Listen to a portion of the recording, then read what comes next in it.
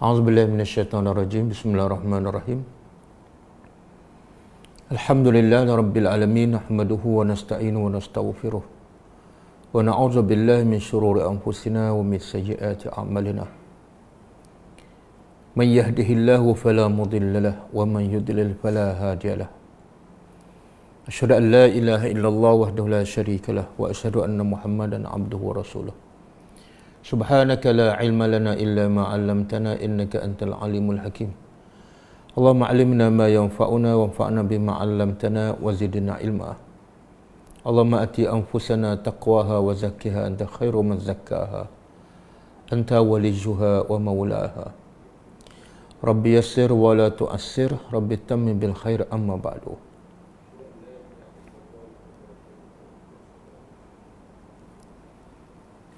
Okay, hari ini kita sambung tadabbur surah Al-Alaq.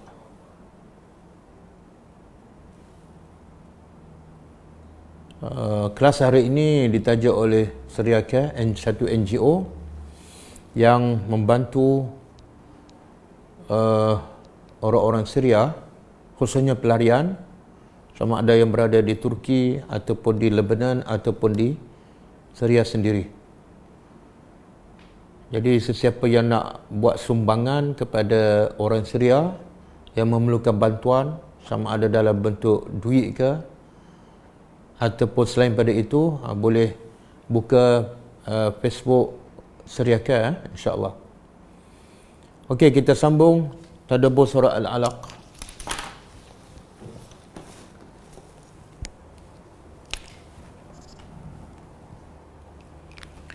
Sebelum kita sambung macam biasa, kita tengok sebelum ayat 6. Kita dah belajar ayat 1 hingga 5.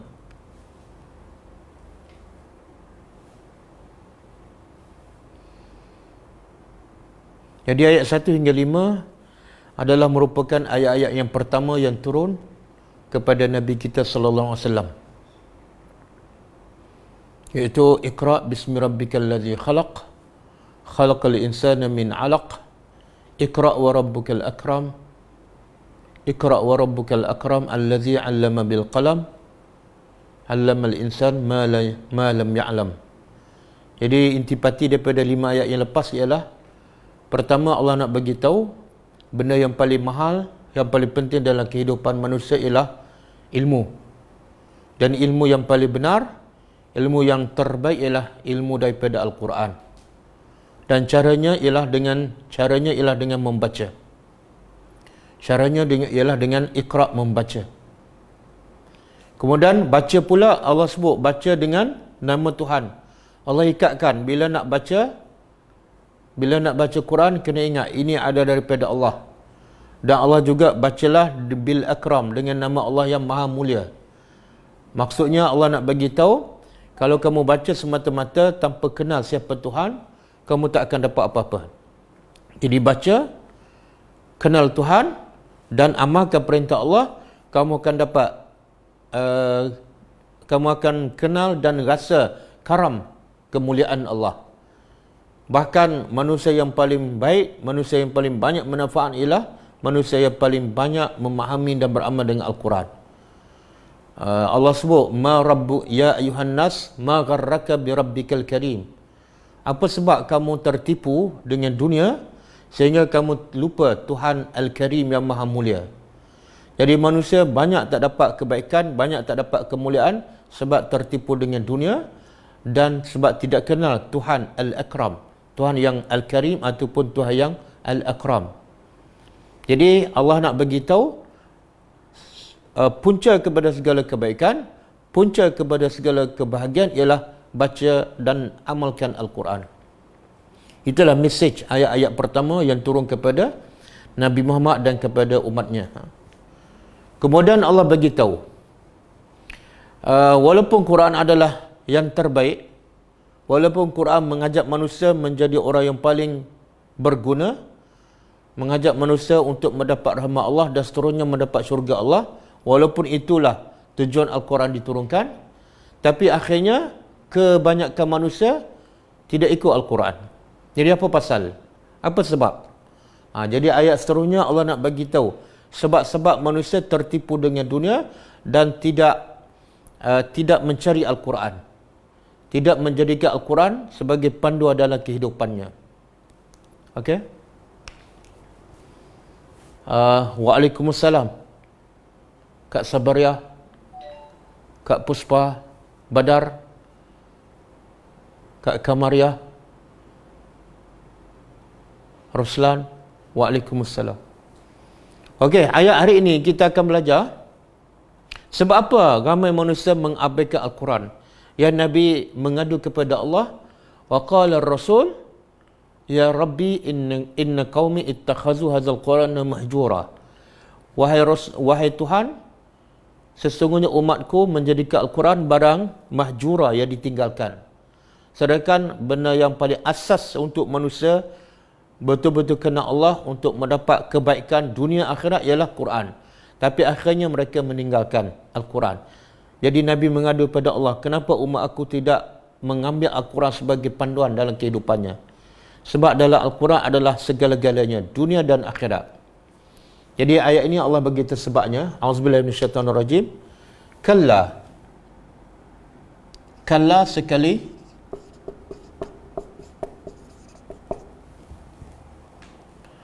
Kalla sekali-kali tidak. Dia panggil bahasa Arab kalimatul rad'in. Kalimah ayat yang nak menyedarkan manusia. Ataupun kalau masa tengah lalai tu kita nak sedarkan dia, kita bagi sebiji penampar. Itu perkataan kalla. Jadi kalau terjemah sekali-kali tidak. Jangan tak baca Al-Quran. Jangan tak tadabbur Al-Quran. Makna yang kedua, kalla, makna yang kedua, ini yang pertama. Yang kedua, haqqan, benarlah. Jadi kalla juga bermaksud haqqan, benarlah. Jadi dua-dua maksud tu betul. Sekali-kali tidak, jangan kamu tidak baca dan tadabbur Al-Quran. Yang kedua, benarlah. Benarlah, apa yang benar seterusnya, iaitu innal insan, sesungguhnya manusia, la yatgha, pasti. Yatgha ni daripada taghut. Taghut maksud dia ialah melampaui batas. Taghut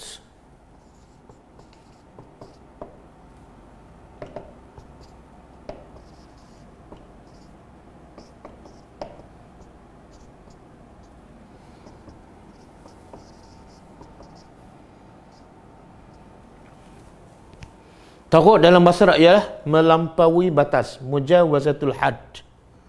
Allah sebut dalam kisah Nabi Nuh, walamma tagha al-ma', manakala air telah melampau.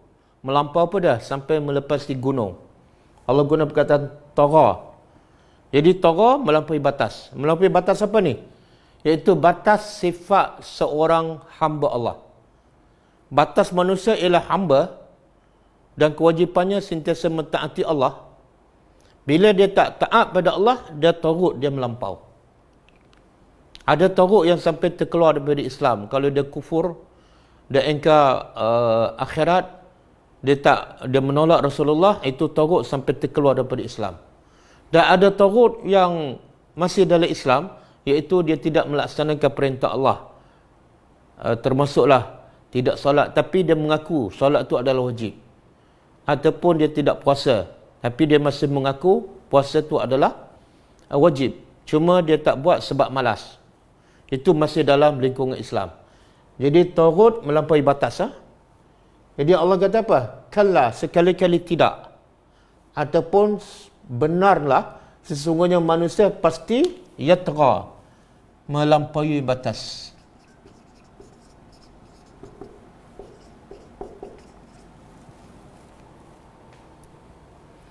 Sama ada dia sembah selain daripada Allah, dia sembah Allah, tapi dalam masa lain dia sembah Allah, sembah Tuhan yang lain, maka taghut juga. Ataupun dia tak sembah Allah langsung, dia sembah berhala, itu taghut juga. Kadang-kadang dia sembah nafsu, itu pun taghut juga. Jadi taghut ni sangat luas. Taghut ni sangat luas. Okey. Jadi apa punca manusia melampaui batas, tidak taat pada Allah, kufur kepada Allah Subhanahu Wa Taala? Apa punca? Puncanya ialah ar-ra'ahu, bahawa ra'ahu, dia melihatnya.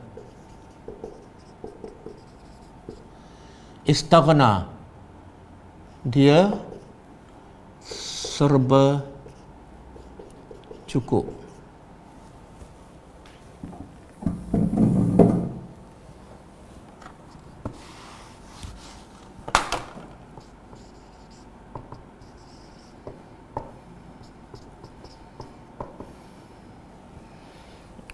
Istaghna daripada perkataan ghaniyun, kaya.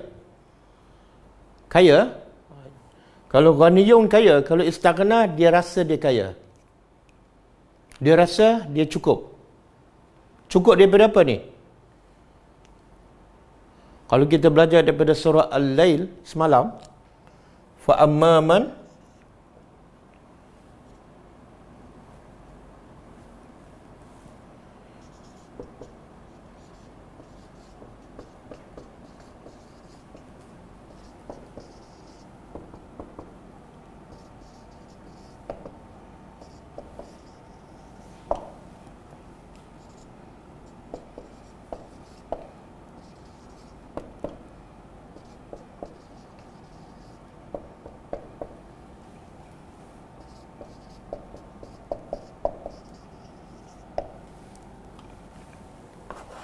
surah Al-Lail semalam, Allah kata apa? Fa amma man a'ta wattaqa. Adapun orang yang a'ta, suka memberi. Suka memberi kepada siapa? Kepada orang lain. Apa yang diberi? Harta, masa dan sebagainya.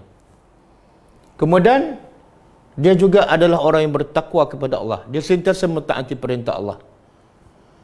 Dan apa punca dia suka memberi dan dia sentiasa bertakwa? Apa punca? Sebab wasaddaqa bil husna, sebab dia membenarkan janji Allah. Dan husna ialah syurga. Bila dia yakin pada syurga, dia yakin pada janji Allah, maka sifatnya apa dia? Dia suka memberi. Sebab nak dapat husna, kena memberi. Bila dia memberi makna apa? Dia rasa dia tak cukup. Dia perlukan syurga, dia perlukan rahmat Allah. Maka dia bagi. A'ta.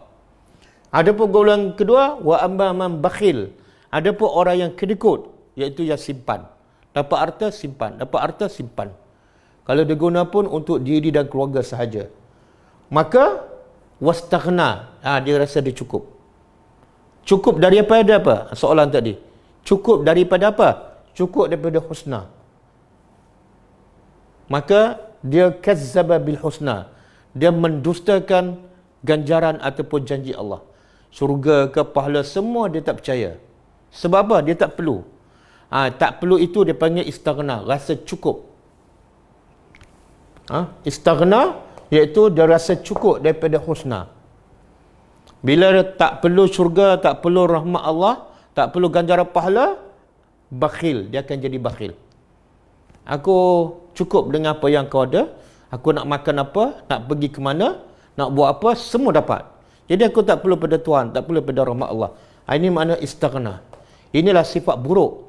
Sifat buruk manusia yang akhirnya membawa kepada yatgha, dia melampau. Dia akan langgar je perintah Allah. Dia tak solat, dia buka aurat dan sebagainya. Okey? Jadi siapa yang ada sifat istaghna ni, berhati-hati, sebab itu sifat orang yang melampau dan biasanya dia susah nak sedar. Orang yang rasa dia cukup biasanya sangat susah untuk kembali kepada Allah. Sebab itulah kalau kita tengok dalam surah Abasa wa Tawalla, surah Abasa wa Tawalla. Cuba kita perhati ya. Kalau kita ingat sejarah cerita tu, punca turun ayat Abasa wa Tawalla, iaitu Nabi sedang berdakwah kepada pembesar Mekah. Pembesar Mekah, Menteri Pertahanan, Menteri Dalam Negeri, Abu Jahal, Abu Lahab, pembesar-pembesar. Dengan harapan Nabi, bila pembesar ni beriman, yang orang bawah tu lagi mudah ikut pemimpin mereka. Jadi dapat seorang ataupun 3 orang yang ikutnya mungkin beratus. Dan ketika itu datanglah seorang yang buta, yang miskin. Dan seorang je, iaitu Abdullah bin Umi Maktum. Jadi antara dua ni, antara golongan pembesar Mekah dengan seorang buta yang miskin dan seorang, yang mana lebih mudah menerima hidayat Allah? Yang mana lebih mudah? Si buta ni.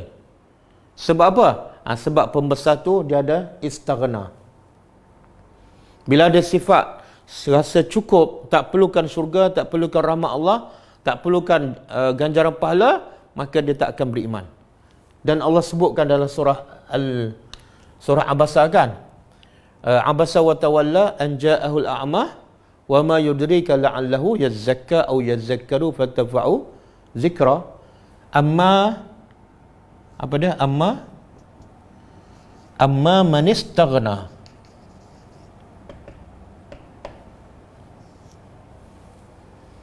Amma man istaghna fa anta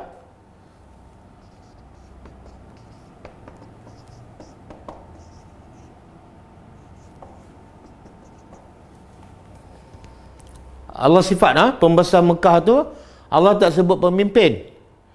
Allah tak kata mereka tu ada harta banyak, tapi Allah sifatkan istaghna. Adapun orang yang rasa dirinya cukup, dia tak perlu pada Nabi, dia tak perlu pada Islam, tak perlu pada rahmat Allah, maka Allah kata fa anta lahu tasadda, engkau layan dia. Allah nak tegur Nabi. Sebab dia pembesar, sebab dia pengikut ramai, sebab dia kaya, maka engkau layan. Dan Allah nak tegur juga Nabi bila tak layan orang yang buta dan miskin tadi. Tapi Allah sifatkan siapa ni? Apa dia sifat Abdullah bin Umi Maktum? Wa amma man ja'aka yas'a wa huwa yakhsha.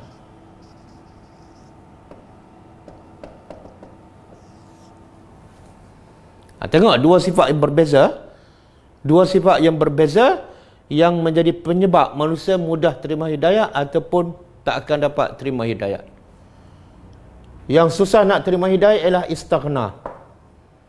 Bila dia rasa cukup, cakaplah apa pun, bagilah dalil yang paling kuat pun, susah dia akan terima hidayah.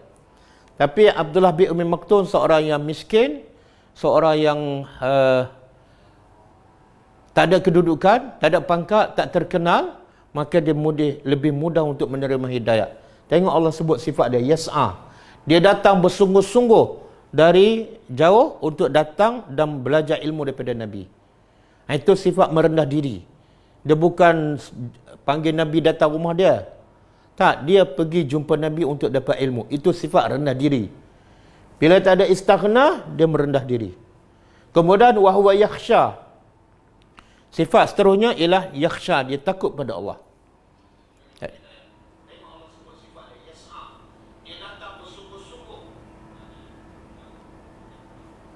Dah tak ada dah. Sebab itulah semoga Allah jadikan dalam diri kita ada dua sifat ni. Pertama yas'a, suka merendah diri, dan bila nak belajar kita pergi cari. Yang kedua yakhsha, sentiasa takut kepada Allah. Sentiasa takut pada Allah. Jangan ada sifat istighna yang menyebabkan kadang-kadang kita pergi kelas juga, tapi ada rasa kita ni pandai, kita dah tahu, kita ni ketua, kita bos. Ada sifat istighna, jadi ilmu tak masuk. Belajar 5 tahun, orang lain berubah menjadi lebih baik, tapi dia sama je perangannya, tak berubah. Sebab ada sifat istighna. Jadi Allah bagi amaran, kalla innal insana la yatgha ar-ra'ahu istaghna.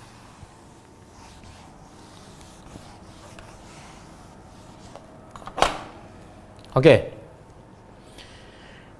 Jadi kita tengok dalam Al-Quran, Allah sebut, Allah bagi contoh dua lelaki. Satu Allah muliakan lelaki ni, dan satu lagi Allah hina dia. Siapa dua lelaki ni? Pertama Qarun. Yang kedua Luqman.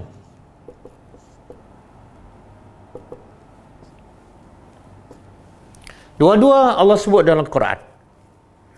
Satu Allah sebut dalam keadaan Allah menghina dia, Allah mencela dia. Satu lagi Allah sebut dalam bentuk Allah memuji dan mengangkatnya. Dua-dua orang biasa, bukan Nabi. Dua-dua orang biasa. Okey. Cuba kita buka surah Al-Qasas ayat 76. Surah Al-Qasas ayat 76.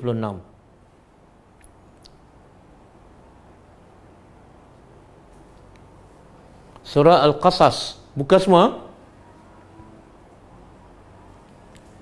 Allah kata apa?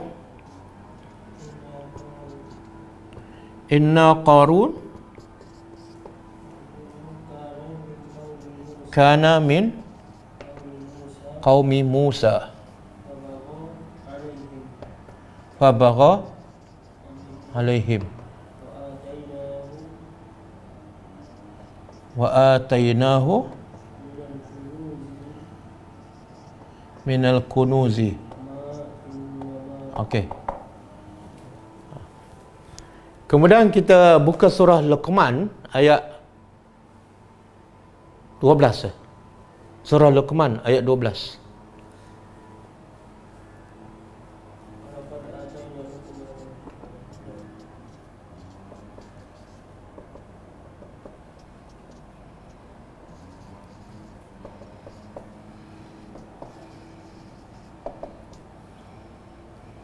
Walaqad atayna Luqman al-hikmata an yashkur lillah.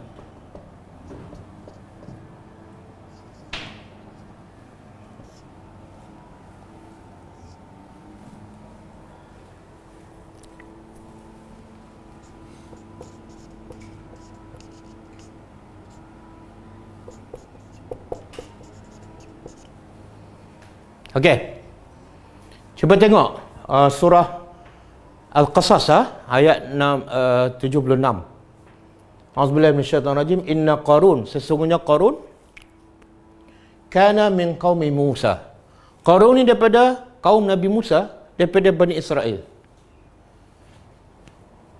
Fabagha alaihim, lalu dia Qarun bagha lebih kurang taghut, yatra, melampau.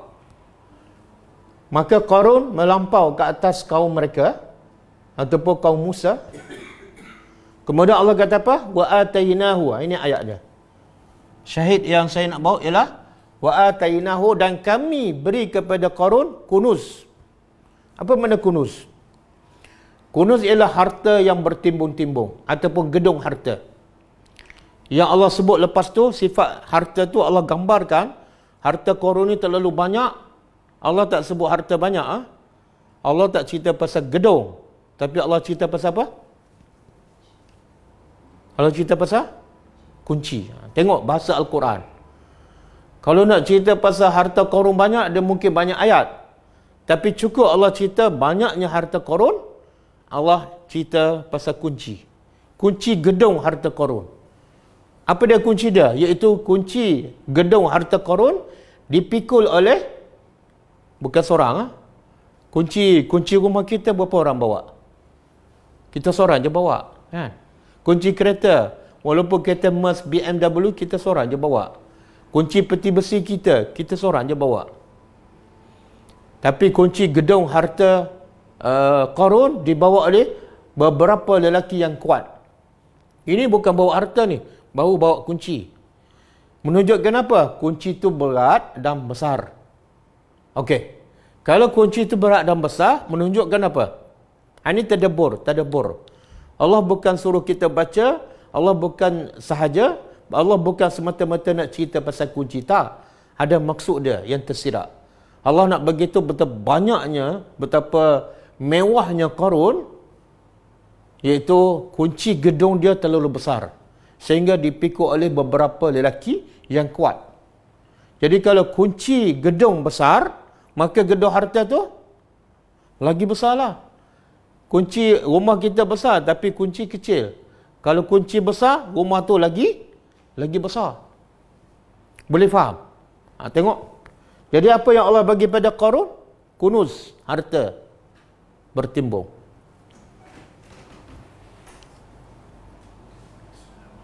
Assalamualaikum. Okey, tengok pula apa yang Allah bagi pada Luqman. Apa yang Allah bagi pada Luqman?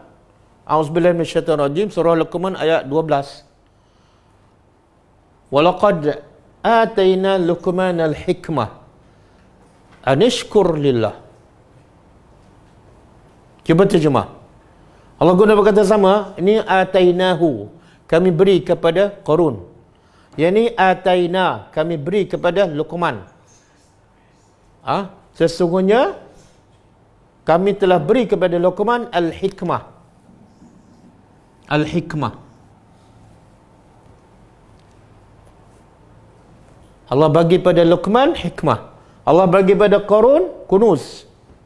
Kemudian Allah pesan pada Luqman, anishkur lillah, bersyukurlah pada Allah. Qarun bila Allah bagi padanya harta, Allah tak kata bersyukur. Sebab apa? Sebab asas untuk bersyukur ialah mesti ada ilmu. Mesti kenal siapa Tuhan, siapa yang bagi nikmat tu. Barulah kita boleh bersyukur pada Allah. Jadi nak kenal Allah, nak bersyukur pada Allah, kena ada ilmu. Apa dia? Hikmah. Tapi bila bagi harta, dia tak kena. Istaghna. Dia melampaui batas. Dia tak kenal Tuhan, dia tak rasa Tuhan tu dari harta tu daripada Allah. Bahkan dia bangga, dia kata apa? Walaqad utitu min ilmin. Aku dapat harta banyak sebab ilmu daripada aku. Mula sombong. Mula sombong. Sebab apa? Tidak ada hikmah. Jadi cuba banding, dua-dua lelaki ni orang biasa, bukan Nabi. Dua-dua Allah sebut dalam Al-Quran. Satu Allah nak menghina, nak mencela. Satu Allah nak memuliakan dia. Bila Allah nak memuliakan orang tu, Allah bagi apa? Al-hikmah. Allah tak bagi harta. Bila Allah nak jahat, nak mencela ataupun nak jauhkan orang tu daripada Allah, Allah bagi kunuz, harta. Sampai dia istaghna dan akhirnya dia mati dalam keadaan tidak beriman kepada Allah. Jadi sekarang kita ada dua, satu kunuz, satu hikmah. Satu kunuz, satu hikmah. Boleh tak kalau kunci itu menggambarkan pintu masuk rasuah yang menghancurkan negara batil untuk menaikkan kerajaan yang hak? Itu pandangan lah, tapi tidak ada dalam tafsir. Sebenarnya Allah nak bagi tahu kunci harta Qarun terlalu banyak, Allah cerita pasal kunci. Okey? Jadi sekarang kita ada dua, satu kunuz, harta. Yang kedua hikmah, iaitu ilmu. Dan ulama mengatakan hikmah ni ialah ilmu tentang kefahaman tentang agama. Bila kita faham agama, itulah hikmah. Okey? Jadi antara dua ni, harta dengan hikmah, yang mana kita banyak masa habis untuk mencarinya?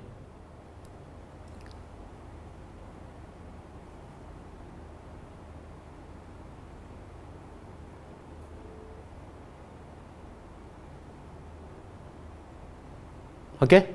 Soalan. Antara harta dengan hikmah, yang mana kita habiskan banyak masa untuk mencarinya? Jawapannya ialah harta. Kenapa? Kenapa? Sebab mungkin kita berpandangan dengan harta kita boleh hidup, dengan harta kita boleh berkahwin, dengan harta kita boleh buat kebajikan. Okey? Hamba cari hikmah. Kalau kita jawab banyak masa kita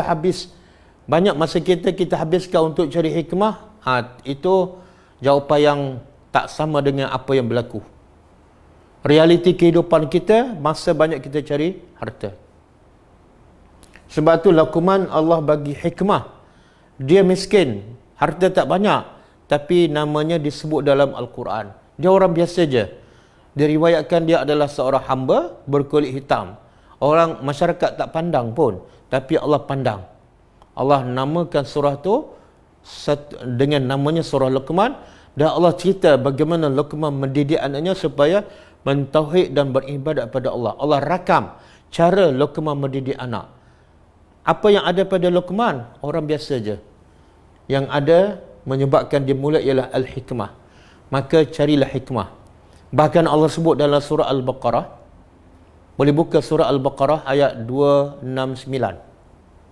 Surah Al-Baqarah ayat 269.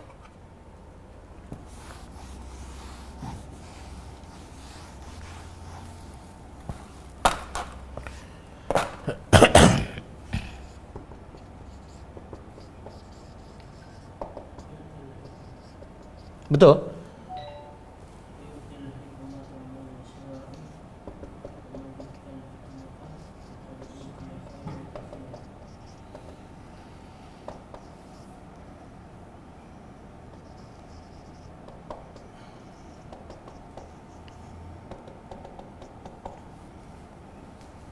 Yu'til hikmata man yasha' wa man yu'til hikmah faqad utiya khairan katsira. Al-Baqarah 269. Tengok bila kita diberi hikmah, apa kita dapat sebenarnya? Allah kata yu'til hikmah. Allah memberi hikmah man yasha'. Siapa saja yang dia kehendaki. Allah nak bagi pada Luqman, Allah nak bagi kepada para rasulnya, Allah nak bagi pada para ulama. Tapi kena ingat Allah bagi ni bukan Allah pilih Allah pilih berdasarkan kelayakan seseorang. Apa kelayakan seseorang? Siapa yang nak hikmah, siapa yang berusaha mencari, orang ni layak Allah bagi. Tapi kalau duduk kat rumah je minta tapi tak mencari, tak membaca Al-Quran, tak tadabbur, sampai mati dia tak akan mendapat al-hikmah. Jadi Allah bagi pada siapa yang dikehendaki yang layak, iaitu yang betul-betul ikhlas mencari dan betul-betul berusaha mencari. Kemudian Allah kata wa man yu'tal hikmah. Cuba tengok bahasa Al-Quran. Siapa yang yu'tal hikmah, siapa yang diberi hikmah. Tadi Allah kata Allah memberi hikmah. Cuba perasan di awal ayat yu'ti kemudian yu'ta. Apa beza? Dia iaitu Allah memberi hikmah pada siapa yang dia kehendaki. Jadi sini Allah nak bagi tahu kalau nak hikmah kena cari Tuhan, sebab dia pemilik hikmah dan dia boleh bagi siapa yang dia kehendaki. Jadi kalau nak hikmah kena cari Tuhan, jangan cari orang. Iaitu cari Al-Quran. Carilah sunnah Nabi. Tapi lepas tu Allah kata wa man yu'ta, siapa yang diberi hikmah. Tak ada dah siapa yang Allah beri hikmah. Allah guna dalam bahasa Arab dia panggil mabni lil majhul. Siapa yang diberi hikmah. Pengajarannya apa? Mula-mula Allah memberi, kemudian siapa yang diberi. Perasan tak perbezaan tu? Kata ahli tafsir, yang ni Allah nak bagi tahu hikmah hak milik Allah, siapa nak kena cari Allah. Kemudian yang kedua yu'ta, diberi. Makna Allah nak bagi tahu hikmah ni boleh datang dalam semua aspek kehidupan kita. Bukan satu jalan je. Sebab tu Allah guna wa man yu'ta. Siapa diberi hikmah, dengan apa cara? Macam-macam. Kadang-kadang dengan dia baca Quran, dia tadabbur, dia dapat hikmah. Kadang-kadang dia dengan tazkirah 2 minit je dia dapat hikmah. Kadang-kadang berlaku musibah pada dirinya, dia berfikir, dia dapat hikmah. Kadang-kadang dia memikirkan tentang musibah yang menimpa, azab yang menimpa umat-umat dahulu, maka dia dapat hikmah. Jadi cara mendapat hikmah ni banyak. Cara mendapat hikmah ni termasuklah dalam surah Al-Alaq, Iqra, dengan cara membaca. Termasuklah dengan bil qalam, dengan kita menulis, kita mencatat. Kadang-kadang itu memberi hikmah kepada kita. Okey? Lepas tu Allah kata siapa yang diberi hikmah faqad utiya khairan katsira. Dia sebenar bila dapat hikmah dia dapat khairan katsira. Boleh?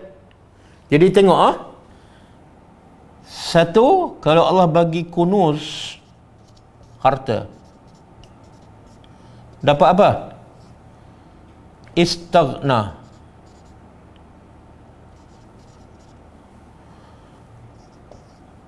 Kalau bagi hikmah, ilmu, dia dapat khairan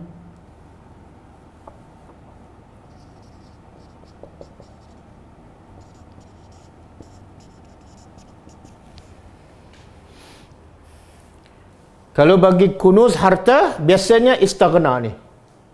Kalla innal insana la yatgha ar-ra'ahu istaghna. Bila dapat harta, dia rasa dia cukup. Dia tak perlu rahmat, dia tak perlu solat.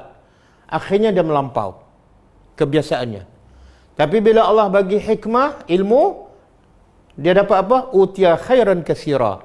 Dia akan dapat lagi kebaikan-kebaikan yang banyak.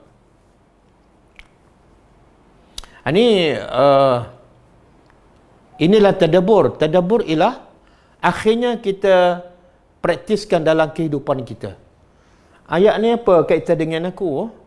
Apa kaitan dengan aku? Okey, selama ni kita banyak cari harta kan? Pagi, keluar pagi, balik petang, daripada muda sampai ketua. Kita dapat apa? Dapat tak kebaikan yang banyak? Tenang tak jiwa? Solat semakin khusyuk tak? Kemudian harta kita banyak kita simpan ke banyak kita sedekah? Akhirnya kita tak dapat kebaikan yang banyak. Bahkan ramai orang kaya, lagi tak dapat kebaikan. Pahala solat pun tak ada, pahala solat jemaah pun tak ada, pahala duduk dalam kelas pun tak ada. Banyak dia terlepas kebaikan. Sebab apa? Jahil. Sebab itulah Abu Bakar, beza. Abu Bakar dia kaya sebelum masuk Islam. Lepas masuk Islam pun dia kaya, kan? Tapi antara Abu Bakar sebelum Islam dengan Abu Bakar selepas Islam, yang mana yang paling baik? Yang mana yang paling baik? Dua-dua kaya, sebelum Islam pun kaya, lepas Islam pun kaya. Tapi Abu Bakar yang mana, zaman mana yang paling baik? Selepas Islam. Kenapa? Apa rahsia? Sehingga Abu Bakar ni kalau tak masuk Islam, tak ada siapa sebut nama dia. Tak ada siapa sebut nama dia. Abdurrahman bin Auf pun kaya sebelum Islam.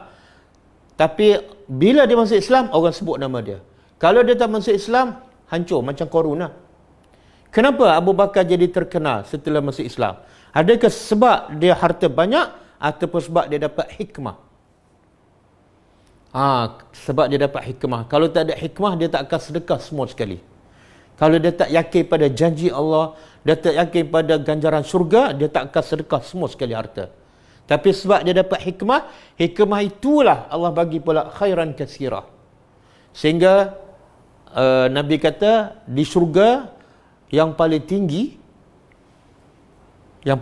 di syurga, tempat itu akan didiami oleh Umar dan Abu Bakar.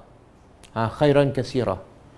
Jadi khairan katsira ialah kenal Tuhan, yakin pada akhirat, yakin pada janji Allah. Akhirnya dengan harta sedikit menjadikan ganjaran pahala kita di akhirat besar sebab kita ada ilmu. Tapi kalau dapat harta saja tidak ada hikmah, kita akan menjadi yatgha, kita akan melampau. Okey? Jadi bukan makna tak payah cari harta. Bukan makna tak payah cari harta, tapi carilah hikmah, kamu akan dapat harta. Carilah hikmah, kamu akan dapat harta. Tapi kalau cari harta, kamu tak akan dapat hikmah. Okey?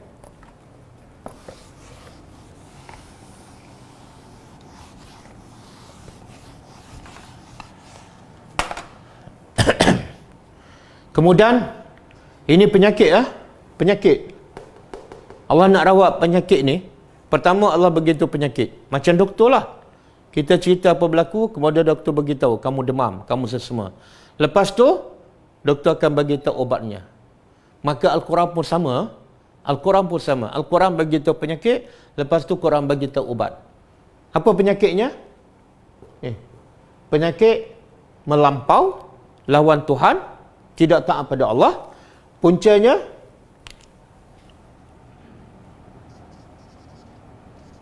penyakit taghut.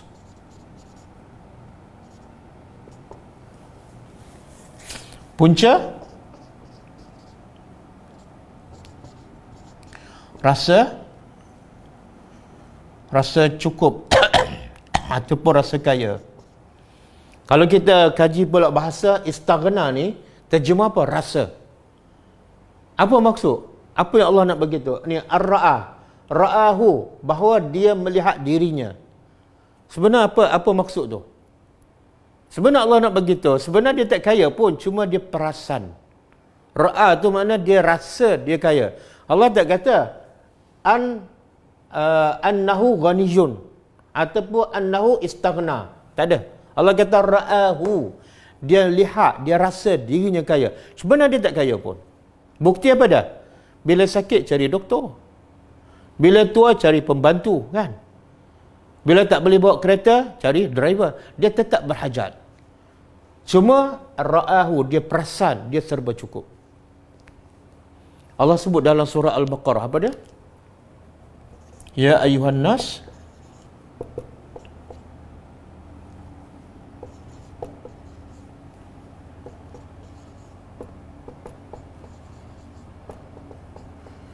bukan surah Baqarah ni. Surah apa ni? Ya ayuhan nas, antumul fuqara'u ila Allah. Wallahu huwal ghaniyyul hamid.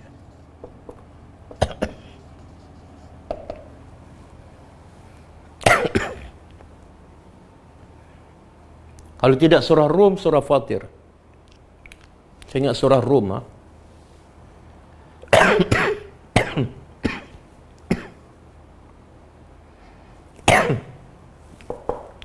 Ya ayuhan nas. Jumpa.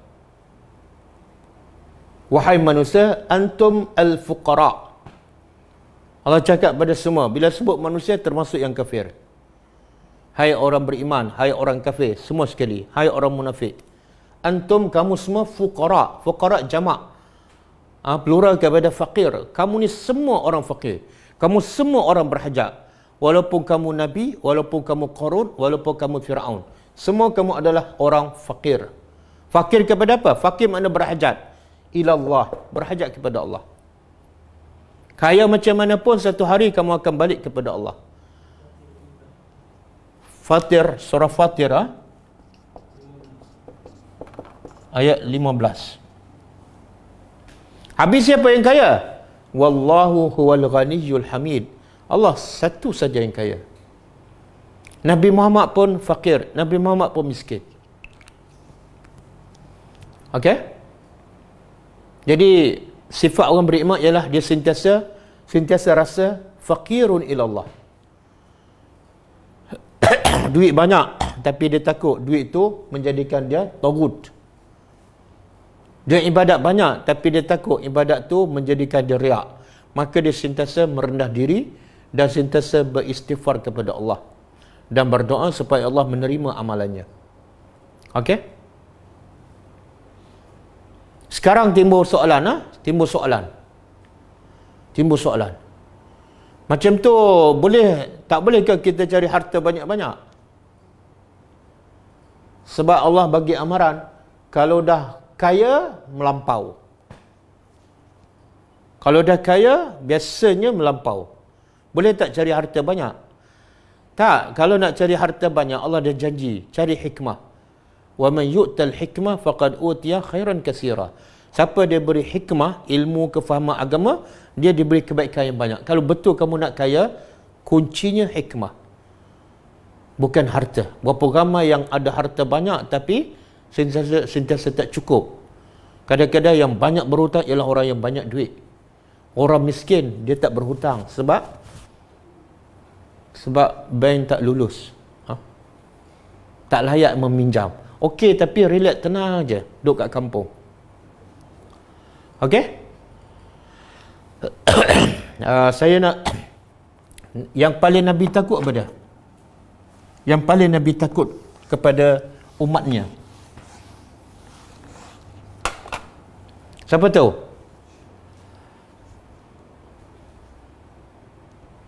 Siapa tahu?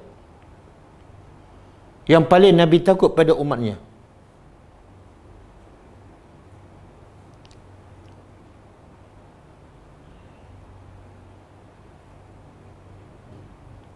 Kak Fazilah, Ustaz Rizal, sila jawab.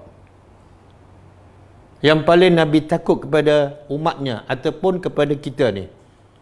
Nabi risau pasal kita. Kita risau pada anak kita, apa dia? Yang kita risau pada anak kita? Tak pergi sekolah, tak lulus periksa, gagal dalam kehidupan. Yang hubud dunia, rasa fakir. Hubud dunia, cinta dunia, syirik. Wahanun, ujian harta dunia. Jawapan dah nak betul tu. Nabi kata, mal faqru.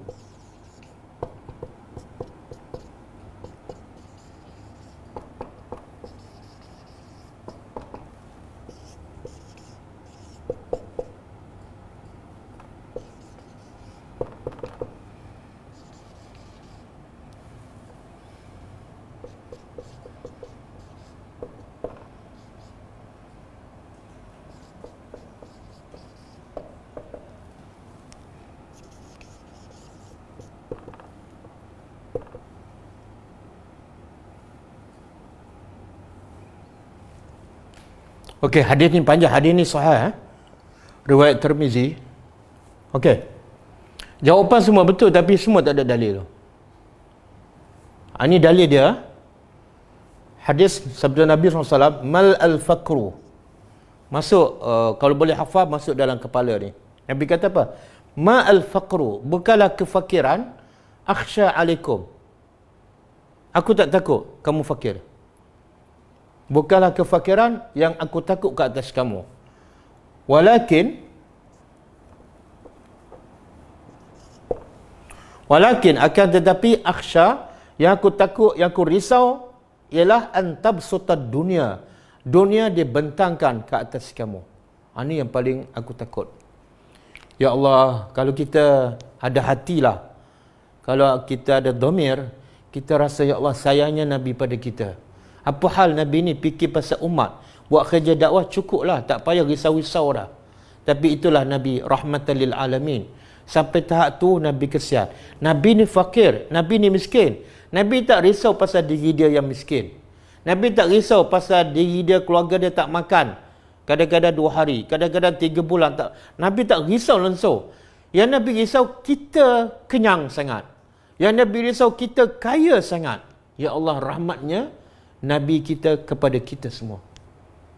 Kita takut anak kita bukan takut anak kita tak dapat kerja. Kita takut anak kita tak dapat kerja. Kita takut anak kita tak lulus berperiksa. Tapi kita tak pernah takut anak kita bila kaya sangat. Bahkan kita seronok pula bila anak kita semakin kaya, semakin naik pangkat. Kita seronok. Nabi takut. Jadi betul tak cara kita berfikir dengan cara Nabi kita berfikir? Betul tak? Jadi jangan mendakwa kita ni pengikut Nabi, kita pengikut sunnah yang tegar. Tapi amalan nampak sama, cara berfikir tak sama. Nabi kata aku takut kekayaan, kita pula kejar kekayaan. Lepas satu projek, lepas satu kereta, beli satu kereta. Kita tak takut tu, yang Nabi takut. Okey, mungkin ada orang tanya saya, sebab kelas ni kelas online, dia tanya pun soalan pelambat. Okey. Mungkin ada orang tanya saya, bukankah ada satu hadis yang Nabi bersabda, kadal al-faqru yakunu kufran. Yang maksud dia lebih kurang hampir-hampir kefakiran membawa kepada kekufuran, kan? Macam mana pula Nabi tak takut fakir, sedangkan dalam hadis lain Nabi kata kefakiran hampir-hampir membawa kepada kufur. Sebenarnya itu hadis dhaif. Hadis itu adalah hadis yang dhaif. Didhaifkan oleh Syekh Albani dan juga Al-Hafiz Al-Iraqi. Okey Ustaz, ada satu lagi hadis Ustaz. Nabi bersabda, lebih kurang Nabi berdoa lah, Allahumma ahyini miskinan wa amitni miskinan wahsyurni fi zamratil masakin. Doa dia, maksud dia, ya Allah, kata Nabi, hiduplah aku dalam keadaan miskin, matilah aku dalam keadaan miskin, dan himpunlah aku daripada mahsyar bersama kumpulan orang miskin. Ustaz, macam mana pula? Nabi minta jadi miskin, tapi yang ni Nabi tak takut jadi miskin. Yang Nabi takut jadi kaya. Nampak macam bercanggah kan? Okey. Hadis yang kedua ni, sebahagian besar ulama kata hadis dhaif. Hadis dhaif. Dan kata ulama, kalaulah hadis yang Nabi berdoa, hiduplah aku orang miskin, jadilah matilah aku dalam keadaan miskin, kalau sahih pun miskin di situ bukan makna kemiskinan harta, tapi miskin di situ daripada perkataan sakinah. Jadi sebab tu kena faham bahasa. Miskin bukan makna miskin harta saja, tak, ada maksud lain, iaitu jadilah aku orang yang miskin, iaitu orang yang tenang jiwanya. Matilah aku dalam keadaan orang yang tenang jiwanya, dan kumpullah aku di akhirat besok bersama orang yang tenang jiwanya. Okey. Oh Ustaz, ada satu lagi doa Ustaz.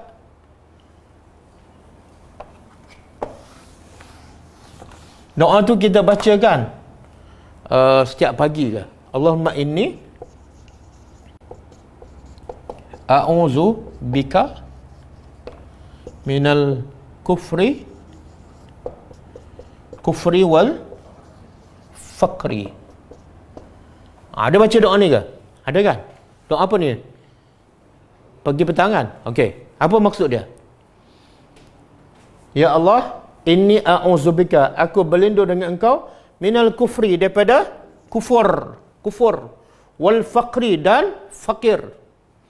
Tengok Ustaz, Nabi minta berlindung daripada fakir, macam mana pula yang tadi Nabi tak takut fakir, yang ni Nabi minta berlindung. Okey, kata ulama, dia fakir di sini, fakir yang membawa kepada kekufuran. Sebab apa? Sebab ada orang fakir ni, biasa bila dia fakir, biasanya apa dia? Sama ada dia dengki pada orang kaya. Dia dengki pada orang kaya. Bila dia dengki pada orang kaya, amalan dia terhapus. Sebab Nabi kata, jaga-jaga kamu daripada dengki. Sebab dengki itu boleh menghapuskan amalan. Bila amalan hapus, boleh membawa kepada kufur.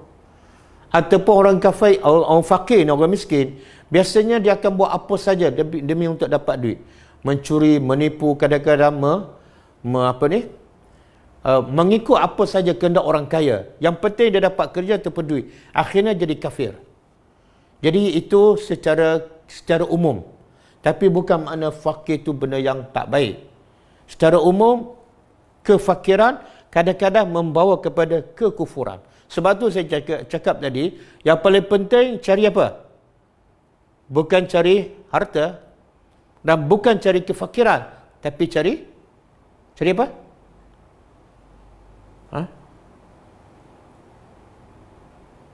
Cari apa yang penting?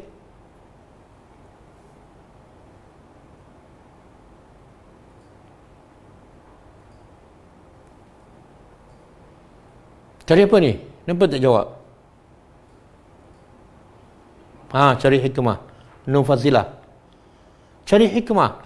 Bila kamu dapat hikmah, fakir pun tak akan menjadikan kamu kafir. Bila kamu ada ilmu. Sebab itulah ramai para nabi miskin. Kerja gembala kambing je. Ramai ulama miskin. Imam Syafi'i apa semua miskin. Tapi sebab mereka ada hikmah, mereka tidak hidup seperti orang yang tidak ada agama. Bahkan mereka dah mati ya. Harta mereka tak ada. Tapi bila mereka mati, orang sebut namanya sampai hari ini. Tapi berapa ramai yang kaya di zaman Imam Syafi'i, sampai sekarang tak ada siapa sebut pun nama dia. Saya pun tak tahu. Sebab apa? Sebab mereka ada hikmah. Jadi carilah hikmah. Bagilah masa lebih untuk mencari hikmah. Dan hikmah tu ada dalam Quran dan Sunnah. Okey? Boleh Saya nak bagi tahu, saya nak bagi satu contoh. Satu contoh lah. Nanti orang kata, macam mana dapat hikmah? Bila Allah bagi hikmah, kita dapat kebaikan yang banyak. Boleh tak bagi contoh? Supaya nampak jelas. Okey. Sekarang cuba buka surah Al-Mujadilah.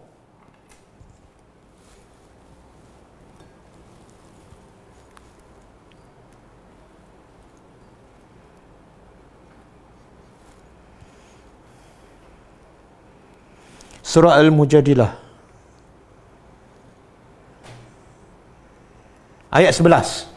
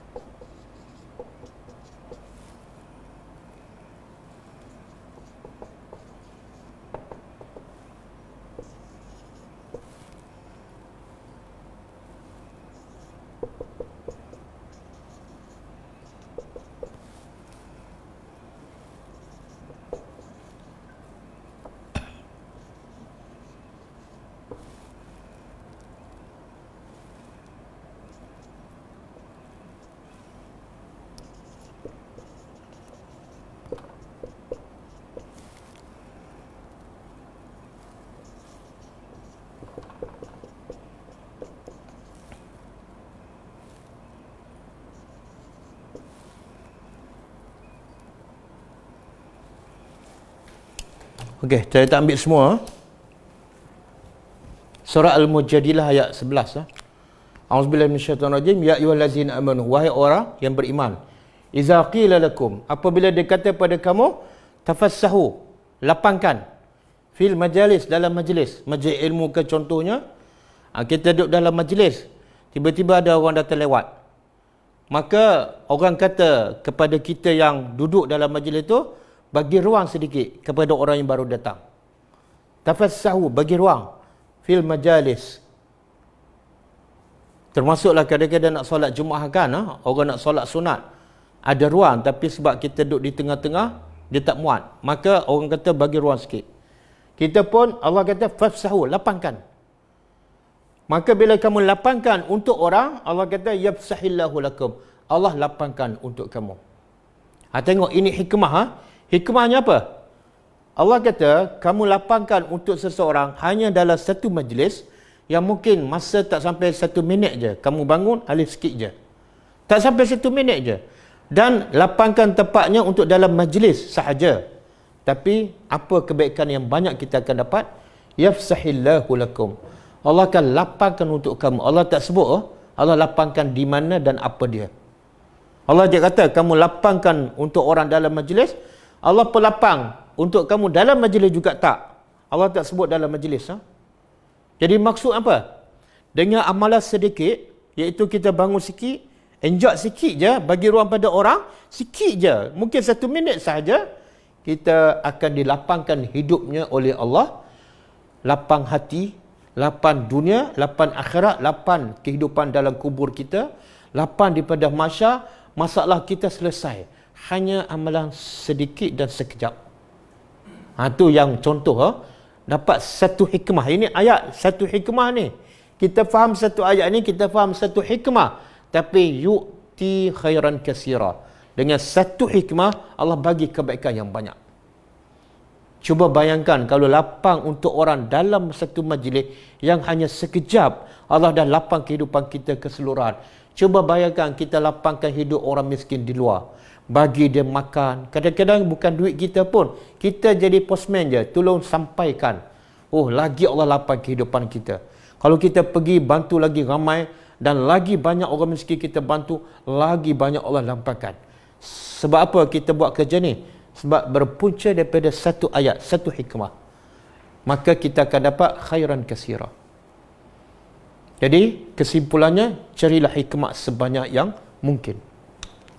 Okey. Penyakit taghut, punca rasa kaya. Punca rasa kaya. Ubat apa? Ubatnya ni. Inna, sesungguhnya, ila rabbika, hanya kepada pencipta engkau. Ruja'ah kembali. Siapa yang sombong, siapa rasa dia pandai, siapa rasa dia hebat, siapa rasa dia tu ketua, perlu dengar cakap dia, ingatlah satu hari dia akan kembali kepada Allah. Bila dia kembali kepada Allah, tak ada siapa yang akan dengar cakap dia. Bahkan dia pula kena dengar cakap Allah. Dia pula kena jawab soalan munkar dan nakir dalam kubur.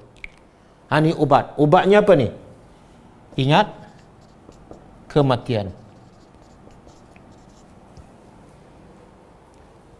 Lengkap ayat Quran. Ini dia panggil wa nunazzilu minal Quran ma huwa syifa. Quran ni nak merawat penyakit. Mula-mula Quran bagi tahu penyakit. Yang kedua Allah bagi tahu punca penyakit. Quran bagi tahu punca penyakit. Kemudian yang ketiga, Allah tak tinggal macam tu je. Dia tahu penyakit tapi tak ada ubat. Tak, Allah bagi ubat.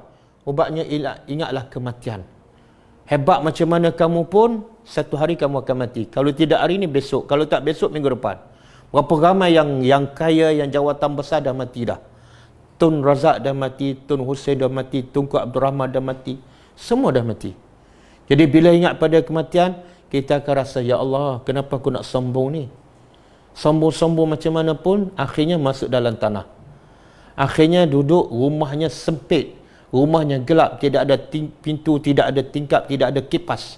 Jadi kenapa aku nak sombong? Ini obat dia. Sebab tu Nabi kata orang yang paling cerdik ialah orang yang selalu ingat kematian. Maknanya orang yang paling bodoh yang tak ingat kematian ataupun jarang ingat kematian. Okey? Kita tulis surah ni sampai habis. Tapi kita dapat tadabbur berapa ayat? 6, 7, 8, 3 ayat? Bukan. Kita dapat 3 hikmah plus. Plus apa dia? Surah Al-Qasas ayat 76. 4. Kemudian surah Surah Al-Baqarah ayat 26, 9. 6. Yang ketujuh surah Luqman ayat 12. 7. Surah Abasa wa Tawalla ada 4-5 ayat. Mungkin dah 10 ayat lebih kita tadabbur. Jadi dah banyak kita tadabbur hari ini. Semoga yang kita dapat hari ini adalah merupakan hikmah yang Allah campak dalam hati kita. Kalau kita ikhlas, dapat hikmah ni, Allah akan bagi lagi kebaikan. Kita akan rasa lagi nak tadabbur, kita akan rasa lagi nak mentaati Allah. InsyaAllah, percayalah, kita akan dapat lagi khairan katsira, insyaAllah. Cukup ah? Masa dia cukup kan?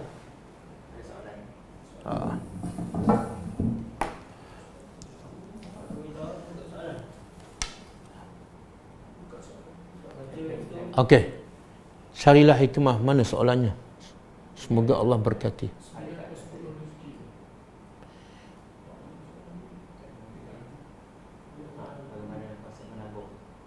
Bagaimana kalau konsep menabung ataupun insurans? Adakah itu tidak dikira bertawakal? Tak, menabung tak salah, menyimpan tak salah. Yang salah ialah, dengar, kita simpan duit tak salah. Kita menabung pun tak salah. Yang salah ialah bila kita simpan dengan keyakinan simpanan kita itu boleh membantu untuk kita hidup lagi lama. Itu yang salah dan boleh merosakkan akidah. Macam ni, kalau aku tak simpan, dia rasa kalau aku tak simpan ni besok nak makan apa, itu boleh merosakkan akidah. Sebab apa? Kita seolah yakin duit yang kita simpan boleh menyambung hayat kita. Itu yang salah. Simpan ni sebab ada lebih, standby je, ada okey, tak ada pun tak ada masalah. Dan lagi baik, iman yang paling kuat, yang paling tawakal, macam Nabi lah. Nabi tak simpan. Waktu bila Nabi wafat tak ada harta, tapi Nabi tak pernah kebuluran. Bila ada je Nabi bagi, ada je Nabi bagi. Kita tak boleh, rasanya tak sampai lagi tahap tu lah. Cuma betulkan akidah kita. Bila kita simpan, jangan rasa kalau tak ada simpanan susah nak hidup. Itu boleh merosakkan akidah. Ada simpanan, okey. Tak ada pun, okey. Tak ada masalah. Okey. Okey, apa sebenarnya takrif miskin ikut pendapat Islam? Miskin, yang Allah kata, innamas sadaqat lil fuqara wal masakin.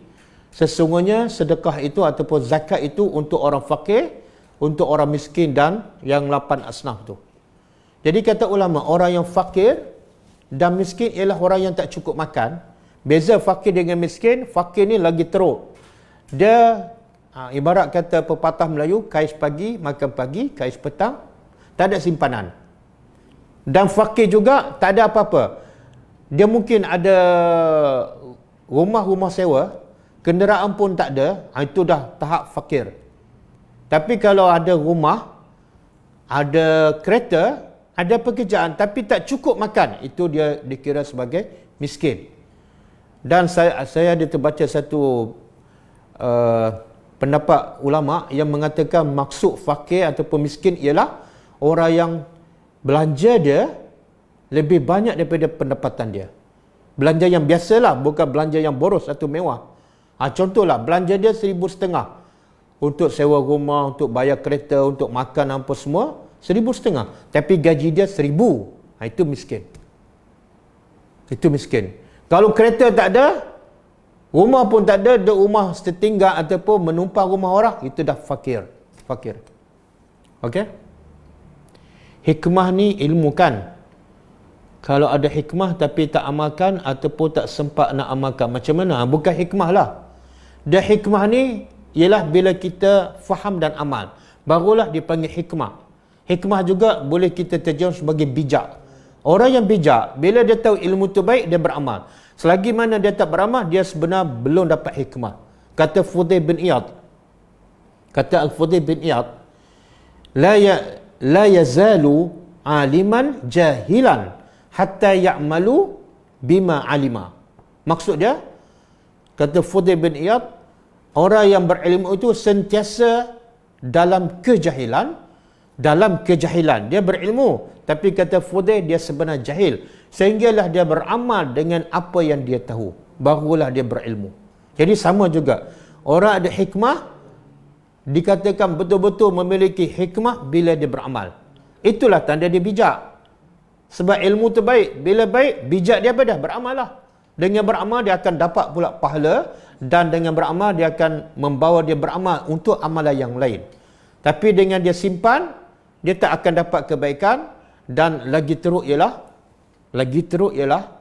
Allah mencela orang yang berilmu tapi tak beramal. Yang tu yang kita baca setiap hari dalam surah Al-Fatihah. Al-Maghdubi alaihim. Allah murka kepada golongan yang berilmu, berhikmah tapi tak beramal. Wallahu a'lam. Allah memberi penjelasan la haula wala quwata illa billah.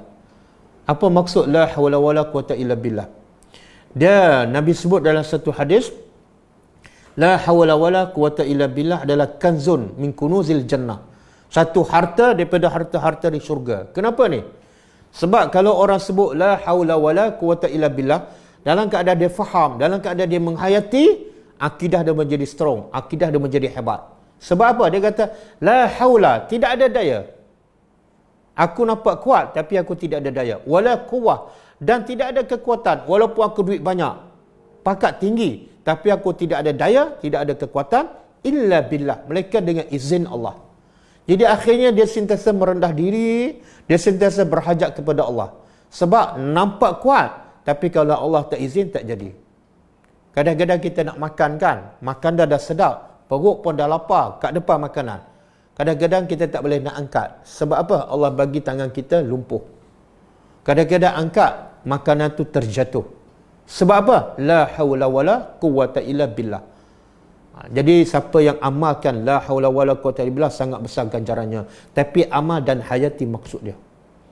Semakin kita amal tu, semakin kita rasa lemah, semakin kita rasa tak kuat, tak mampu, dan semakin kita bergantung pada Allah. Itu hasilnya.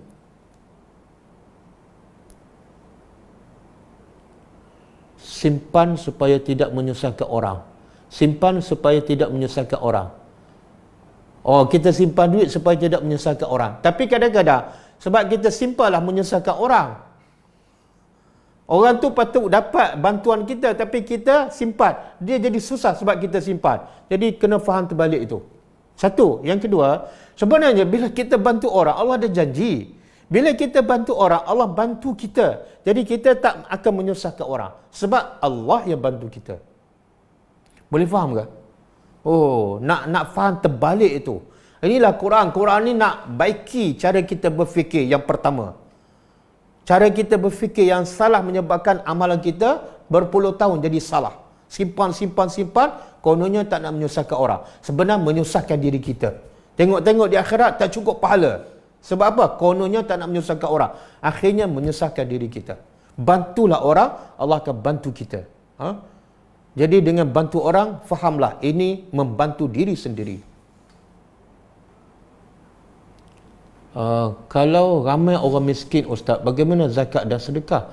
Kalau ramai orang miskin, bagaimana zakat dan sedekah? Apa maksud soalan?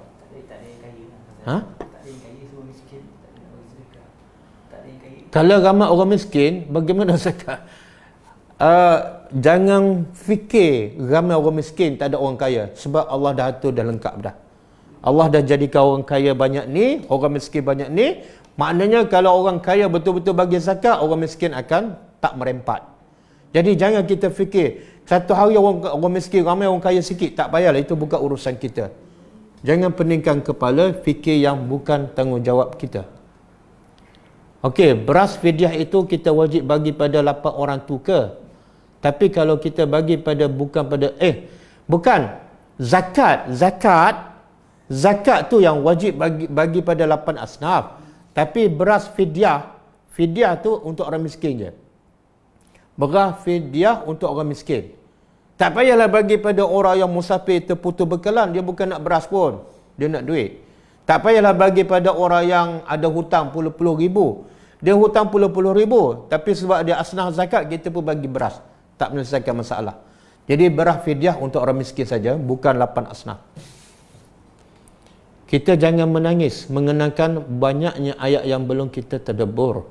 Tapi nangislah mengenai ayat yang kita dah macam ayat pernah dengar ni. Cuma ada ubah suai sikit. Ustaz, sekarang semua kena guna duit. Cara kita bekerja menuntut masa yang banyak dan komitmen sehingga tak sempat nak cari ilmu. Subhanallah. Ni Ustaz, saya ulang soalan. Sekarang semua kena guna duit. Cara kita bekerja menuntut masa yang banyak dan komitmen sehingga tak sempat nak cari ilmu. Subhanallah. Kan Allah dah cakap tadi, siapa yang diberi hikmah, Allah akan bagi kebaikan yang banyak. Kamu yakin tak apa yang Allah cakap? Bila dapat hikmah, faham Al-Quran, banyak kebaikan kita dapat. Tiba-tiba kita buat kesimpulan, tak ada masa nak cari hikmah. Sadarkah Allah janji dapat hikmah, dapat kebaikan yang banyak. Cuba tengok kehidupan kita, banyak masa kita cari harta kan? Kononnya, sebab harta tu semua perlukan duit kan? Jadi akhirnya tak ada masa nak cari ilmu. Okey, dengan harta yang banyak, dengan masa yang kita habis untuk cari harta banyak tak menyelesaikan masalah kita dan masalah orang? Tak pun. Tak. Nak selesai masalah orang bukan dengan duit. Sebab tu Allah utuskan Nabi dalam keadaan miskin, bukan Nabi bawa duit. Sebab duit tak boleh selesai masalah. Yang boleh selesai masalah ialah bila kita faham agama Allah dan taat perintah Allah. Subhanallah. Saya ulang, jangan sebut ayat tak ada masa nak cari ilmu. Jangan sebut. Yang bagi rezeki kamu tu siapa dia? Ini yang Allah yang cakap dalam Quran. Sepatutnya kita berfikir terbalik. Tak ada masa nak cari harta sebab nak cari hikmah. Sebab bila cari hikmah Allah bagi. Banyak contoh dalam Quran. Ashabul Kahfi. Dia ada banyak harta. Ashabul Kahfi. Tapi harta tu menjahanamkan agamanya. Apa dia buat dengan harta tu? Apa dia buat? Dia tinggal semua harta, dia pergi ke dalam gua. Dan bila dia pergi dalam gua, itu dia cari hikmah. Dan doa pun dia minta rahmat, dia bukan minta rezeki. Rabbana hablana min ladunka rahmatan. Tapi akhirnya apa yang Allah bagi pada dia? Dia tak banyak duit, tapi dia ada hikmah, dia ada rahmat Allah. Maka kisah dia dibaca, dirakam dalam Al-Quran, dibaca oleh berjuta-juta orang beriman, dan setiap kali orang baca kisah dia, orang ambil pengajaran daripada kisah dia, dia dapat pahala. Subhanallah. Jadi jangan ingatlah harta, duit itu boleh menyelesaikan masalah, tak. Nabi miskin, tapi Nabi lah penyelesai masalah ummah. Qarun kaya, tapi tak boleh selesai masalah ummah. Masalah dia pun tak selesai. Firaun ada kuasa, tapi tak boleh selesai masalah dia. Musa miskin, asyik kena kejar aja. Mula-mula kena kejar oleh Firaun sebab bunuh orang Kibti. Sampai kena pergi macam orang pelarian. Lepas tu kena kejar lagi kepada Firaun sampai terpaksa bertemu dengan laut, menyeberangi laut. Hidup macam orang merempat. Tapi akhirnya siapa yang boleh selesai masalah siapa? Musa menyelesaikan masalah Bani Israel. Jadi pengajarannya cukup besar, iaitu duit bukan penyelesai masalah. Carilah duit banyak mana pun, dia tak boleh selesai masalah orang, bahkan masalah kamu pun tak boleh selesai. Berapa ramai yang kaya bunuh diri, tapi berapa ramai yang miskin tapi hidupnya tenang, redha dan sabar dengan ujian. Wallahu a'lam. Apa perbezaan qanaah dengan istighna? Sangat beza. Istighna ni dia rasa cukup dan tak perlu kepada Allah. Dia tak perlu pada rahmat Allah, tak perlu pada pahala, tak perlu pada syurga. Itu istighna. Tapi qanaah, dia reda dengan apa yang Allah bagi, tapi dia berhajat pada rahmat Allah, dia berhajat pada pahala, dia berhajat pada syurga. Jadi qanaah sifat yang terpuji. Qanaah sifat terpuji, dia tidak tamak. Apa yang Allah bagi, tak ada masalah. Dia reda. Tapi dia cari. Dia tak pernah tamak. Tapi dia tetap berhajat kepada Allah. Istighna, dia cari-cari duit sehingga dia tak perlu pada Allah. Dia tak perlu pada pahala. Dia tak perlu pada rahmat Allah. Ini sifat yang terkeji. Wallahu a'lam. Dalam Islam kita perlu membantu keluarga terdekat dulu. Tapi jika keperluan mereka adalah seperti Astro, nak TV baru, nak shopping, dan duduk dalam rumah berjuta, perlukah kita masih memberi mereka atau kita memberi kepada orang luar? Tengok. Soalan ni sebenar apa yang kita belajar hari ini menjawab soalan ni. Dalam Islam kita perlu banyak membantu keluarga terdekat kan? Tapi jika mereka keperluan mereka seperti Astro, sebenarnya mereka bukan perlukan duit ni. Orang yang utamakan Astro, TV dan kemewahan, sebenarnya dia tak perlukan duit, dia perlukan hikmah. Sebab tak ada hikmah lah dia jadi meracau tu. Dia cari benda yang boleh merosakkan dia. Sebab tak ada hikmah lah tu. Jadi orang macam ni, jangan bagi duit sebab duit telah merosakkan dia. Tapi bagilah hikmah. Bagilah ilmu. Bagilah link tadabbur Al-Quran. Bagaimana kita mahu melazimi rasa tawakal kepada Allah dalam aspek memberi? Kerana ada kalanya manusia merasakan bahawa jika tidak menyimpan dan asyik memberi itu dikira bodoh. Kerana ada kalanya manusia merasakan bahawa jika tidak menyimpan, tak, sebenarnya kita diberi pilihan. Kalau kita nak sentiasa memberi sebab kita mampu, dan bila kita memberi, sentiasa memberi, tak memudaratkan kita, okey, silakan, tak ada masalah. Tapi kalau kita sentiasa memberi sehingga memudaratkan kita, memudaratkan anak kita, Islam melarang. Jangan. Jadi la yukallifullahu nafsan illa wus'aha. Allah tidak akan membebankan melainkan apa yang setakat kita mampu. Tapi bila simpan, bila tak beri itu, jangan sampai kedekut sangat. Allah sebut sifat orang beriman, Ibadur Rahman dalam surah Al-Furqan. Allazina iza anfaqu lam yusrifu wa lam yaqturu wa kana baina zalika qawama. Orang yang beriman bila bersedekah, dia tidak boros dan tidak kedekut, tetapi tengah-tengah. Jangan asyik beri je sampai memudaratkan dia, dan jangan asyik simpan je sampai jadi orang yang kedekut. Tengah-tengah. Okey?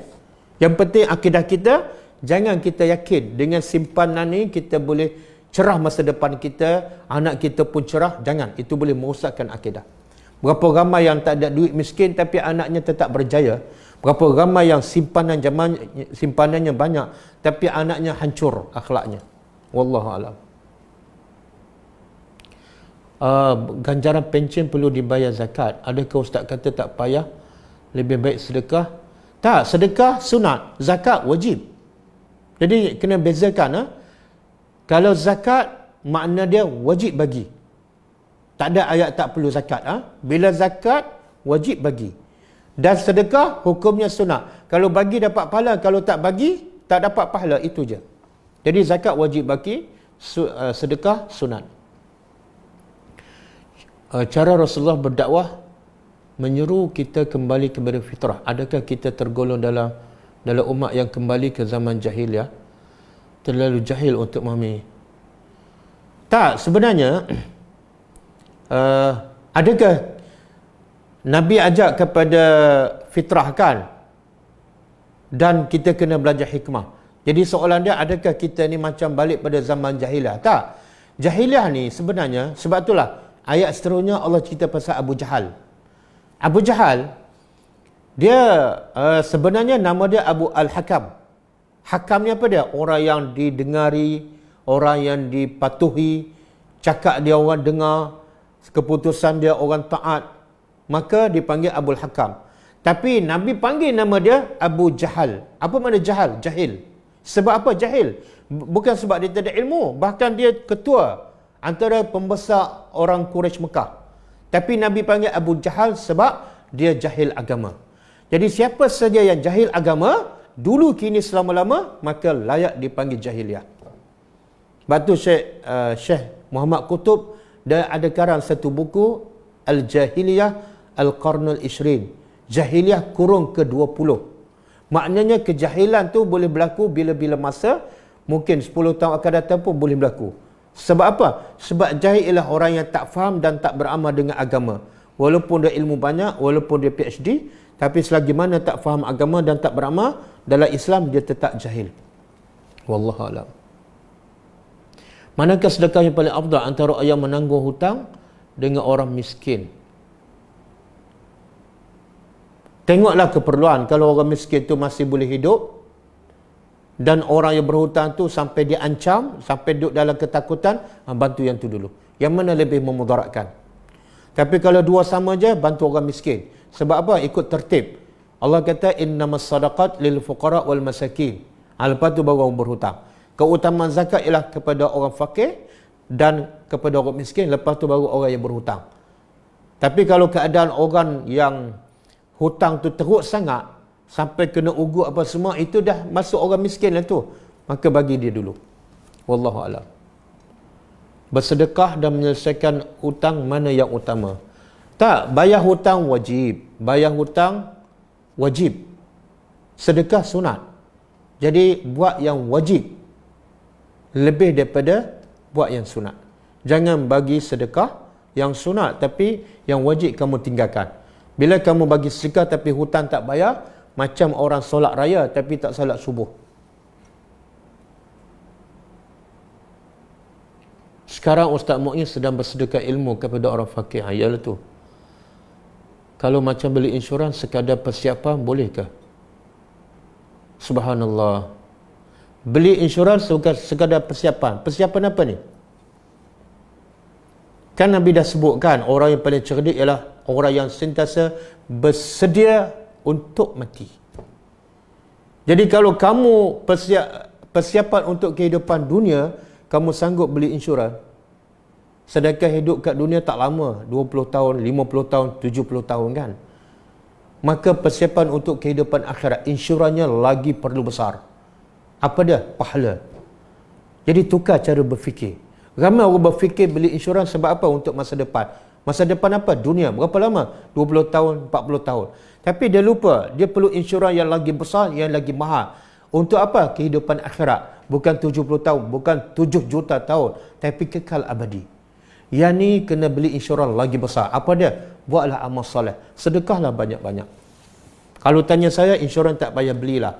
Allah dah jamin rezeki kita, Allah dah jamin kehidupan kita kalau kita beriman kepada Allah Subhanahu Wa Taala. Kalau nak bersedekah masa yang tak ada duit, itulah lagi Allah pandang. Nak tengok tak keyakinan kita terhadap Allah. Oh, tak faham soalan. Kalau nak bersedekah masa yang tak ada duit, itulah lagi Allah pandang. Tak. Allah sebut ciri-ciri orang beriman, allazina yunfiquna fis sarai wad dharra. Orang yang beriman, ahli syurga ialah sentiasa infak ketika senang dan susah. Jadi masa senang duit banyak, dia bagi banyak. Masa susah miskin, dia bagi sikit. Jadi sama. Bukan makna senang dia bagi banyak, miskin tak bagi langsung. Bukan. Jadi bagi ikut keperluan. Banyak bagi banyak, sikit bagi sikit. Jahil tahu benda tu salah tapi buat juga. 9/10 rezeki itu daripada perniagaan. Saya tak pasti saya rasa wallahu alam. Saya tak jumpa hadis ni. 9/10 rezeki itu daripada perniagaan. Biasa ayat ni digunakan oleh orang yang buat takaful kan. Tak payahlah nak berniaga lah, tak payahlah pakai. Saya tak pernah jumpa hadis ni. Nak berniaga lah. Tapi jangan sampai tak istaghna, rasa dia cukup dan tak perlu pada Allah. Macam mana cara paling mudah untuk dapat hikmah? Cara yang paling mudah, pertama ikhlaskan hati. Kalau nak dapat hikmah, asasnya ikhlas. Kalau tak ikhlas, kadang-kadang belajar 10 tahun tak berubah apa-apa. Tetap kejar dunia, tetap cinta dunia. Sebab apa tak ikhlas? Kadang-kadang pergi kelas nak jumpa kawan. Kadang-kadang pergi kelas sebab nak tunjuk sesuatu. Kadang-kadang pergi kelas sebab ada makan. Kadang-kadang pergi kelas bila free. Tak ikhlas. Dia tak akan dapat hikmah. Jadi asas untuk dapat hikmah, ikhlas. Kalau kamu cari harta dunia bersungguh-sungguh sebab kamu ikhlas, keluar pagi balik petang, penat, besok pergi lagi. Tapi bila cari hikmah, bila cari ilmu, tengok waktu free, kamu tak ikhlas.